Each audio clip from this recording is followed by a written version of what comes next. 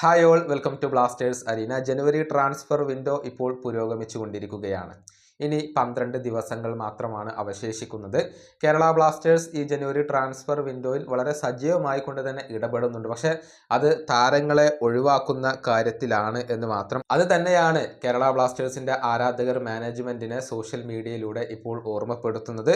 അതായത് നിലവിൽ സ്കോർ 6-1 6 താരങ്ങൾ ക്ലബ്ബ് വിട്ടു കഴിഞ്ഞു. ഒരൊറ്റ താരം മാത്രമാണ് ക്ലബ്ബ്. നമുക്കറിയാം, ജോഷുവ സോറ്റീരിയോ ക്ലബ്ബ് വിട്ടു. സൗരവ്, മണ്ഡൽ, ബ്രൈസ് മിറാണ്ട, പ്രബീർ ദാസ് ഈ 3 താരങ്ങളും ലോൺ അടിസ്ഥാനത്തിൽ ക്ലബ്ബ് വിട്ടിട്ടുണ്ട്.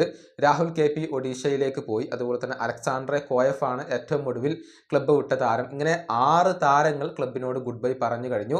ഒരൊറ്റ താരത്തെ മാത്രമാണ് ഇതുവരെ സൈൻ ചെയ്യാൻ കേരള ബ്ലാസ്റ്റേഴ്സിന് കഴിഞ്ഞിട്ടുള്ളത്. അത് ഡിഫൻസീവ് മിഡ്ഫീൽഡർ പൊസിഷനിലേക്ക് ഡുഷാൻ ലഗാറ്റർ ആണ്. വേറെ താരങ്ങളെ ഒന്നും കൊണ്ടുവരാൻ കഴിയാത്തതിൽ ഇപ്പോൾ ബ്ലാസ്റ്റേഴ്സ് മാനേജ്മെന്റിന് വലിയ രൂപത്തിലുള്ള വിമർശനങ്ങൾ ഏൽക്കേണ്ടി വരുന്നു എന്നുള്ളതാണ്. ഇത് ഇടയ്ക്കിടയ്ക്ക് കേരള ബ്ലാസ്റ്റേഴ്സിന്റെ ആരാധകർ മാനേജ്മെന്റിനെ ഓർമ്മപ്പെടുത്തുകയും ചെയ്യുന്നുണ്ട്.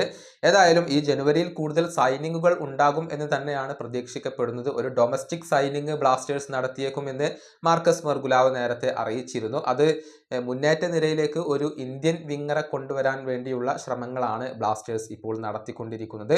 അതേസമയം ഒരു വിദേശ താരത്തെ കൂടി ബ്ലാസ്റ്റേഴ്സ് കൊണ്ടുവന്നാൽ അത്ഭുതപ്പെടാനില്ല എന്നും ആശിഷ് നേഗി റിപ്പോർട്ട് ചെയ്തിരുന്നു. ആ പൊസിഷൻ ഏതാണ് എന്ന കാര്യത്തിൽ പല റൂമറുകളും ഇപ്പോൾ സജീവമാണ്. പെപ്രയെ ഒഴിവാക്കിക്കൊണ്ട് ഒരു പുതിയ സ്ട്രൈക്കറെ കൊണ്ടുവരും എന്നുള്ള റൂമർ മനോരമ കഴിഞ്ഞ ദിവസം പുറത്തേക്ക് വിട്ടിരുന്നു. ഇനി അതല്ല, ഒരു സെന്റർ ബാക്കിനെ കൊണ്ടുവന്നുകൊണ്ട് മിലോസ് ഡ്രിൻസിച്ചിനെ ഒഴിവാക്കാനുള്ള ഒരു സാധ്യതയും ഉണ്ട് എന്നുള്ള റൂമറുകളും ഇപ്പോൾ സജീവമാണ്.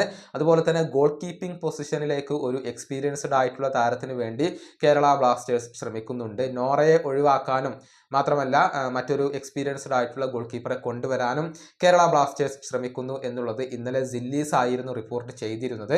അങ്ങനെ ഈ ജനുവരി ട്രാൻസ്ഫർ വിൻഡോയിൽ സജീവമായിക്കൊണ്ട് തന്നെ ബ്ലാസ്റ്റേഴ്സ് ഇടപെടുന്നുണ്ട്. പക്ഷേ ഒഫീഷ്യൽ പ്രഖ്യാപനങ്ങൾ, സൈനിങ്ങുകൾ, ഒഫീഷ്യൽ പ്രഖ്യാപനങ്ങൾ ഒന്നും വരാത്തത് ഇപ്പോൾ ആരാധകർക്ക് വലിയ നിരാശ നൽകുന്ന കാര്യമാണ്. ഈ വീഡിയോയുടെ അവസാനിപ്പിക്കുന്നു. അടുത്ത വീഡിയോയുമായി വീണ്ടും കാണാം.